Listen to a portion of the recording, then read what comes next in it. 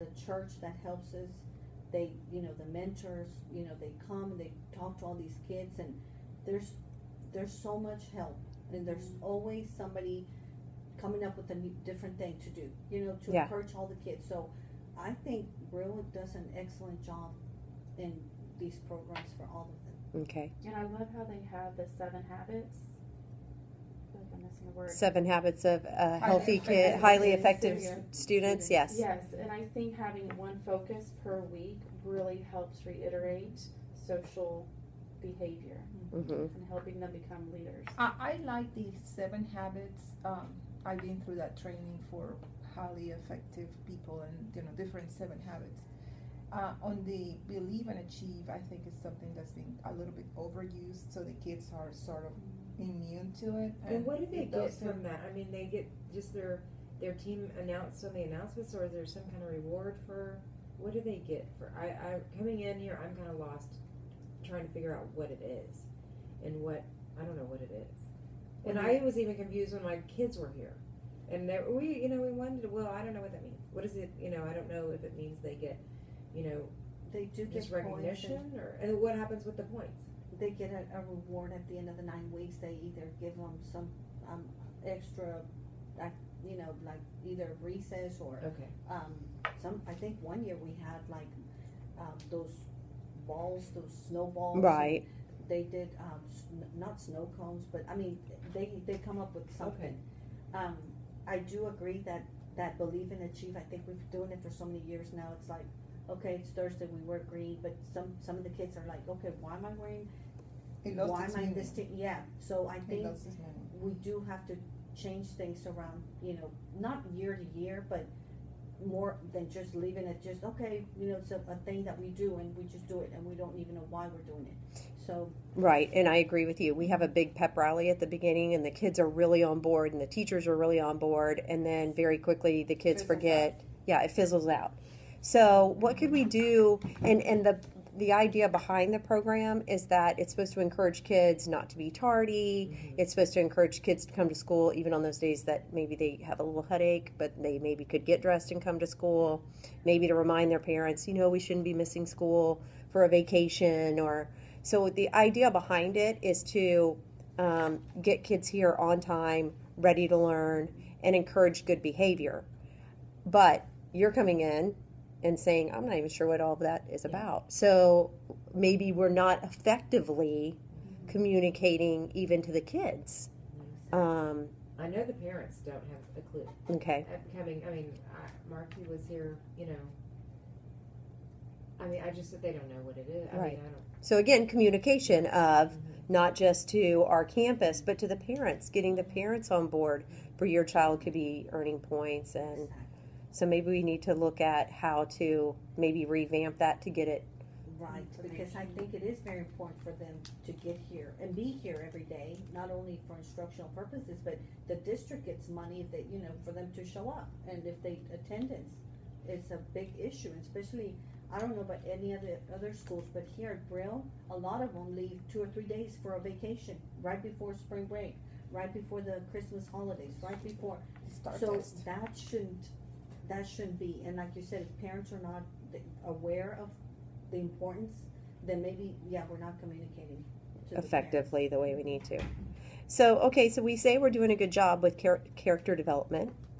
Part of character development is how many times we're sending kids to the office, or what type of behavior we're seeing in the cafeteria, or behavior that we're seeing on the playground.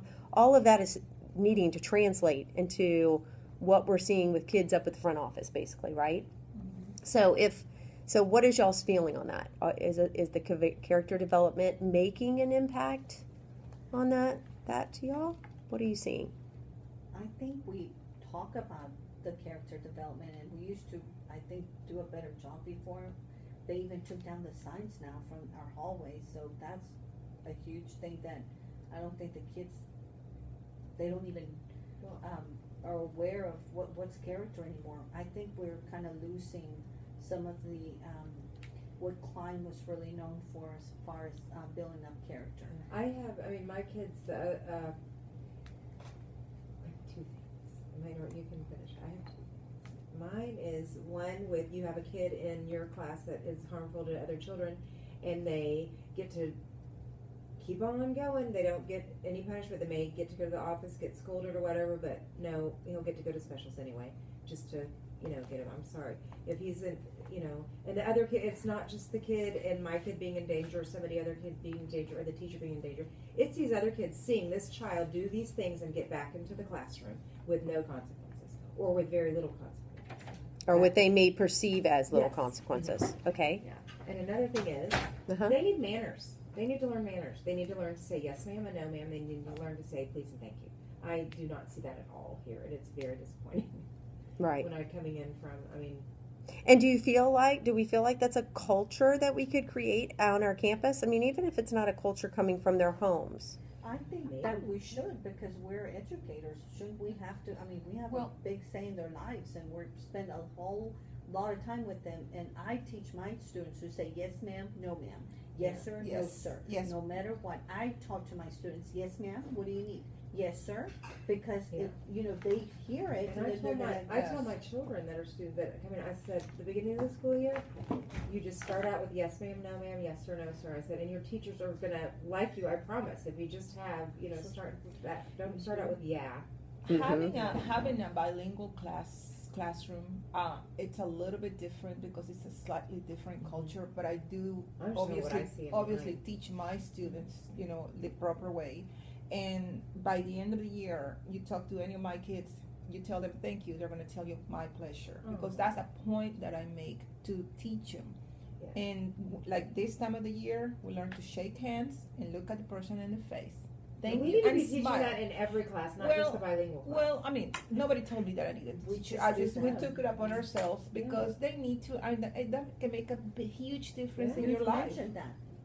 Can make a huge difference in If your an life. adult hears you saying yes ma'am, no ma'am, Yes. no ma'am, that's an automatic, that's a good thing.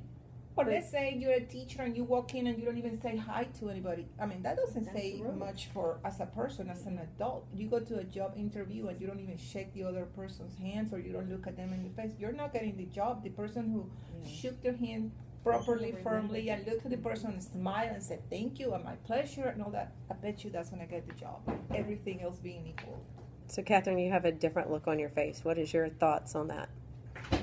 I completely agree with all the comments and stuff, and then the only concern kind of pops in my head is a lot of the people that attend the school are not from Texas. They're not from the South. I did not grow up in a family from the South. I grew up in a family that's from the Midwest and the North, and to them, say ma'am and sir is disrespectful. I would just like a thank you. So, yeah. Yeah. I So- agree with you because I did not obviously Yeah. grow up here. So it was, that was Thank a you. sign of disrespect in the Midwest. Like my dad was just like, I asked him because I had teachers that required it. And I said, well, why don't we say it at home? And he's like, well, we've always been taught that's disrespect. You're mocking the adult. And I was like, oh, okay. So I grew up where I had to pick and choose where I could say that. Now I'm like, I'm as Texas as you can get. So I say it on a regular basis. But it is manners. I do completely agree. And then, what is Ron Clark in his book? He talked about how the first things he did was teach manners. Yep. And that's what he led with is. Well, his that's class doing manners. one of the reasons. One of the things that influenced me to teach some manners was Ron Clark, because he had 55 rules. Who has time to learn? We're having a hard time with 7 habits. 55, come on, give me a break. But at least the shaking hands and looking at a person in the face to smile and to say yes, thank you, or no, thank you, or my pleasure. Just 5 little things can make a huge difference in their And I lives. agree with you. In I their think adult it needs lives. to be taught. I think manners are definitely in this generation something that's. And also, even when we had the characters and we had integrity, and you would, maybe not in this school, but you would hear over the speaker, oh, today's Integrity Day, but never once I heard it go, integrity means in a child's language, because it means, we know what it means, but they don't know. They may say, oh yeah, integrity, but they have no clue what it means. So, on my website, I have it spelled out, or at least I used to have it spelled out. Integrity means doing the right thing even when no one is looking, and I explain it to the kids. You can go in a store, and if Nobody's looking. Are you gonna steal candy because no one is looking? No. Well, that's integrity. You don't do the wrong thing, even if you're the only person in the whole world. You always do the right thing, and that makes sense to them. But if you tell them have integrity, they have no clue what that means, Mm-mm. especially And then- the ELLs. Teachers need to make sure they're reiterating it, and Mhm. students as well throughout the day. And we used to do that a lot more when we had those banners because we would go, oh, integrity or responsibility. But now that it's not there, it's The fire kind of marshal out of made them sight, take them out of down, mind. right? So, would you be willing to give up instructional time to spend a little bit more time? Do you feel like that it would influence behaviors enough? We all know that behavior is interfering with teaching, period. Yeah. So, if we took time to reiterate some of these behaviors or these manners, I don't know how much time, that would be a discussion we'd need to have. Do you feel like, though, taking that time would benefit the classroom enough to make it worthwhile? I I think it's something you need to start at the beginning of the year and just say this is what is expected of you, and I mean, not really, but just say, But- No, maybe put a poster on the board, expectations. This is how I answer a question. I always say thank you.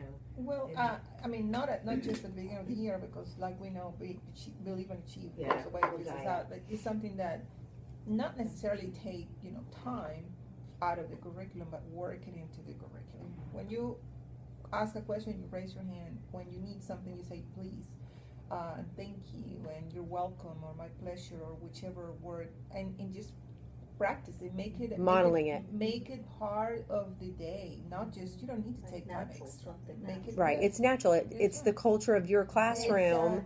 Exactly. Okay. And I've been on campuses where it's like every Monday morning or every Friday we do a character ed activity for 15-20 minutes. That's how we start the day. And then we start class after that. And we had little calendars, and each grade level had a quote that they looked at, or they did some kind of activity that fit that. And I'll be honest, like some days some weeks you got it done, and other weeks, especially, right before start, Right. Yeah, there's no time. it kind It of went gets by pushed the to wayside, side. right? But That's it is, why- I believe it's extremely important, but then it Mhm. comes down to like what you made a comment about, we're always out of time.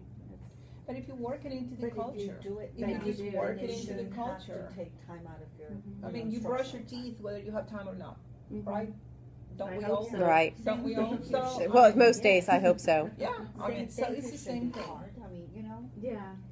Well, and I know when I started back into education about 15 years ago, a lot of the idea of character development teachers didn't like, because they felt like that was something that was supposed to be taught at home, and that's not something that schools should be stopping to teach.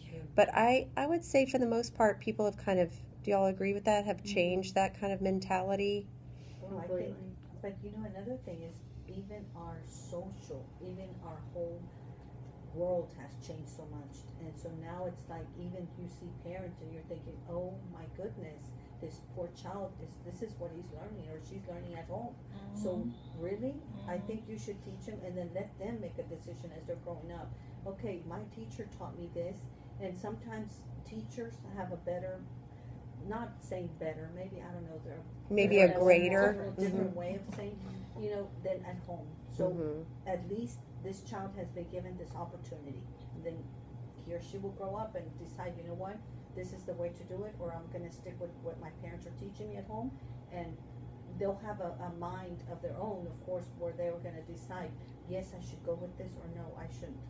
Right. But at least you taught them that. And like you said, the world is changing so much. I mean, just think about what a typical day is for a child to go home. My typical day as a childhood, in my childhood, was to go home, grab your bike, and head outside until the street lights came on. And these kids, some do still do that. I mean, we would go get lost in the woods. And these kids don't have as much social, a lot of them, interaction at home. Their social interaction is FaceTime or video games, and they're talking. So their respect and their interaction is so much different than what we grew up with. Exactly. And I don't think it's the fact that the parents aren't teaching them. I think they're just not That's the given world. Life has the changed. opportunity where they're taught or practices it. Life is changing every day, and as we were talking in the classroom, with technology, everything's changing. So are we preparing these kids to, yeah, I think we should. That's an opportunity that we should take here in school to teach them. And I'm glad to hear even you saying, Catherine, as a specialist, because your probably focus